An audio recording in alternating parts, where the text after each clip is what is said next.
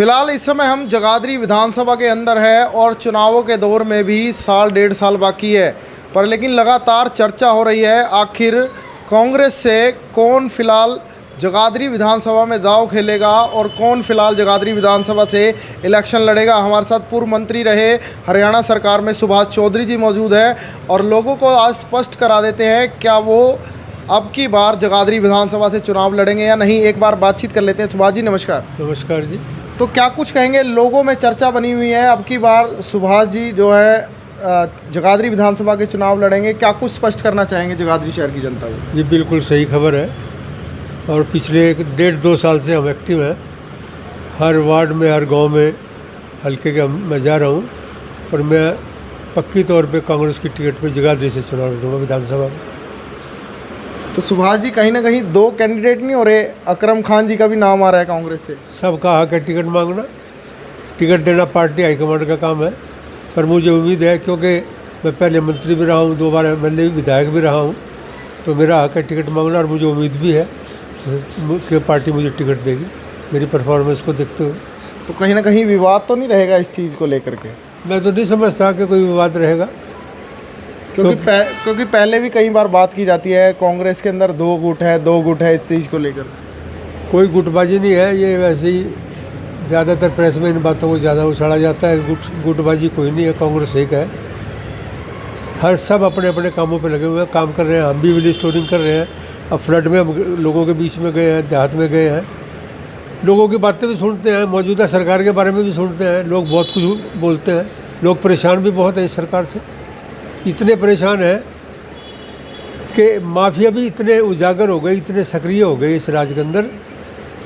चाहे आप ये नशे का माफिया, ऐसा माफिया हो गया नशे का कि लोग तो यहाँ तक कहते हैं कि इसमें जो यहाँ के लोकल राजनेता हैं बीजेपी के, चाहे वो विधायक हो, कोई भी हो, वो उनकी इन्वॉल्वमेंट इसके अंदर है, या उनके रिश्तेदार हो या उनके भाई हो, तो लोग तो यहाँ तक कहते हैं। पर ये इसमें सच्चाई क्या है ये तो लोगों को ही पता होगा।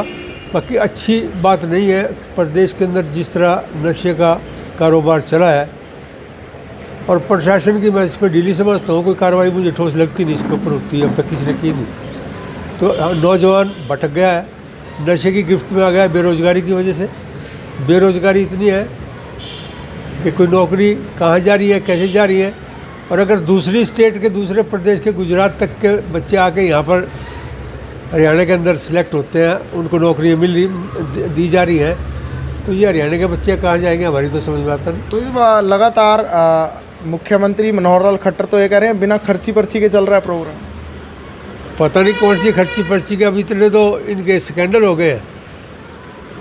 आपके पब्लिक सर्विस कमीशन के लोग जब दफ्तर में रिश्वत लेते हुए पकड़े गए, या सबॉर्डिनेट सर्विसेज के सेक्रेटरी वगैरह को भ्रष्टाचार में लिप्त पाया गया, या और दूसरे जो अधिकारी हैं वो इसके अंदर लिप्त हैं, तो ये कैसे कह सकते हैं कि बिना खर्ची पर्ची के सारे काम हो रहे हैं? पूरा भ्रष्टाचार है प्रदेश के अंदर।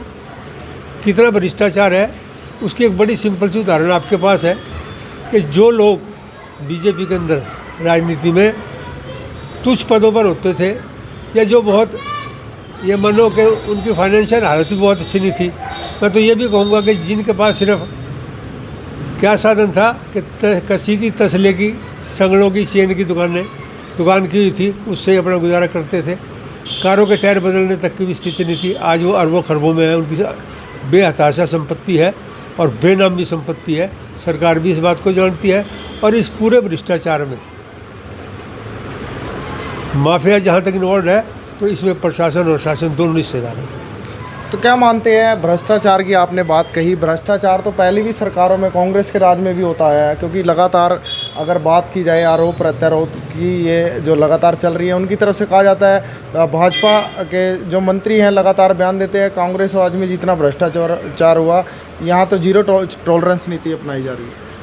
अगर बीजेपी का राज बढ़िया होता तो इनके 12 में से 10 मिनिस्टर क्यों हारते? 10 मंत्री जिस पार्टी के हार गए और राज में होते हुए हार गए, तो आप उसकी परफॉर्मेंस को जज कर सकते हो कि वो कितनी बढ़िया सरकार होगी जिसके 10 मंत्री हार गए और लोगों ने बहुमत भी नहीं दिया। जुगाड़ से सरकार बनाई दूसरों को साथ मिला के, और ऐसी सरकार जुगाड़ से बनाई कि जो दूसरे साथी इनके, जिनको इन्होंने साथ मिलाया अपनी, उन्होंने इस तरह का भ्रष्टाचार हरियाणा के अंदर मचाया है। सारा प्रदेश इस बात को जानता है, कोई बात लोगों से छुपी हुई नहीं है। तो क्या मानते हैं अब की बार जगाधरी विधानसभा में किन मुद्दों को लेकर जो है ये चुनाव लड़े जाएंगे? क्या हाईलाइटेड मुद्दे हैं, क्या मानते हैं? विकास सबसे बड़ा मुद्दा है हमारा। पूरे आप शहर की हालत को देखें जाके, आप सारा शहर कहीं से टूटा पड़ा है, कहीं गलियाँ टूटी पड़ी हैं, कहीं सीवर व्यवस्था बढ़िया नहीं है, कहीं पानी की व्यवस्था बढ़िया है। जिस गली को बनाने के लिए फाड़ देते हैं वो 2-2 महीने नहीं बनती, 3-3 महीने नहीं बनती। ये बूढ़िया रोड को ही ले लें आप, 4-5 महीने तक, 2 महीने तो ऐसे ही पाट के पड़ी रही है, और बनते बनते भी आज तक ये कंप्लीट नहीं हो पाई। अभी भी इसमें कसर है, काम बाकी है, तो इनकी नीयत में खोट है। चौधरी साहब ये तो कह रहे हैं कि पहले हुड्डा राज में तो विकास उसी साइड होते थे, रोहतक हिसार साइड, या यमुनानगर में तो हुए ही नहीं, और यमुनानगर में अब की बार 4,000 करोड़ रुपए लगाए। मंत्री जी कह रहे थे अभी। ये किसी ने कह दिया विकास नहीं हुआ? ये जो नहर के 3 पुल बनवाए, ये जो गवर्नमेंट कॉलेज छछरौली में बना, ये जो चौधरी अपना हुड्डा साहब ने जो ये अपना इसका डिप्लोमा का कॉलेज बनाया हथनीकुंड के अंदर, ये प्रोग्रेस में नहीं आते क्या? ये जो हॉस्पिटल अपग्रेड हुआ है जगाधरी का, ये भी प्रोग्रेस का हिस्सा है, ऐसा तो नहीं है। प्रोग्रेस हुई है, पूरी हुई है, क्यों नहीं हुई है प्रोग्रेस? ये इनके पास एलिगेशन लगाने के लिए तो यही तो बता दो, ये अपनी छछरौली वाली सड़क ही ठीक करवा लो, जो इस वक्त नेशनल हाईवे कहलाता है ये। और आप इसका हाल जानते हो, बाईपास वाली रोड जो आप छोटे वाली ले लो, आप उसका भी हाल देख लो क्या है। शहर की, आप तो शहरी हो, जगाधरी शहर से हो, आप सारे शहर में घूम के देख लो शहर की क्या स्थिति है डेवलपमेंट के अंदर। मेरे ख्याल में तो शायद ही कोई गली या सड़क ठीक हो, और जो होती है उसके अंदर इतना टाइम लग जाता है कि लोग इतने परेशान हो जाते हैं, 3-3 महीने ठीक नहीं होती।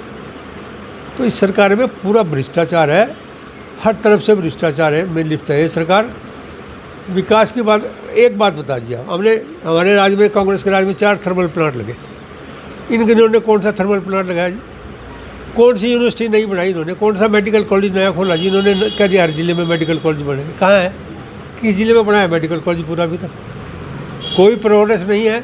इनकी सिर्फ ड्रामेबाजी है, लोगों को बहकाना है, हिंदू मुस्लिम करना है। पर देश की हालात इतने ख़राब कर दिए कि जहाँ हरियाणा नंबर 1 पे होता था चौधरी भूपेंद्र सिंह हुड्डा जी के राज में, आज हरियाणा पूरे देश के अंदर सबसे पिछड़े हुए प्रदेशों में गिनती शुमार होने लगे। हम किसी क्षेत्र में आगे नहीं रहे। हमारे ओलंपिक में बच्चे जाके गोल्ड मेडल लाते थे, जिनको आज अपनी एग्जिस्टेंस के लिए संघर्ष करना पड़ रहा है। बच्चियों को संघर्ष करना पड़ रहा है जिन्होंने गोल्ड मेडल जीते। जब आप एथलीट्स को ही नहीं आप न्याय दिला सकते, उनकी इज्जत को बरकरार नहीं रख सकते, तो आप कैसे मानते हो कि सरकार ये बढ़िया सरकार है? किस एंगल से बढ़िया सरकार है हमारी, तो समझ सवाल है। तो ये थे सुभाष चौधरी जी, और इन्होंने अपना स्टैंड क्लियर करते हुए एक ही बात कही कि अब की बार जो है जगाधरी विधानसभा से, क्योंकि इनका गृह क्षेत्र भी है और यहीं से चुनाव लड़ेंगे। और बात रही हरियाणा की, इन्होंने कहा जब हुड्डा सरकार थी हरियाणा नंबर 1 पर था, पर लेकिन आज के हालात कुछ इस तरीके के दिखाई दे रहे हैं। फिलहाल ये खास इंटरव्यू इस समय सुभाष चौधरी जी के निवास स्थान से हैं। फिलहाल अब मुझ मोहित को दीजिए इजाज़त। धन्यवाद।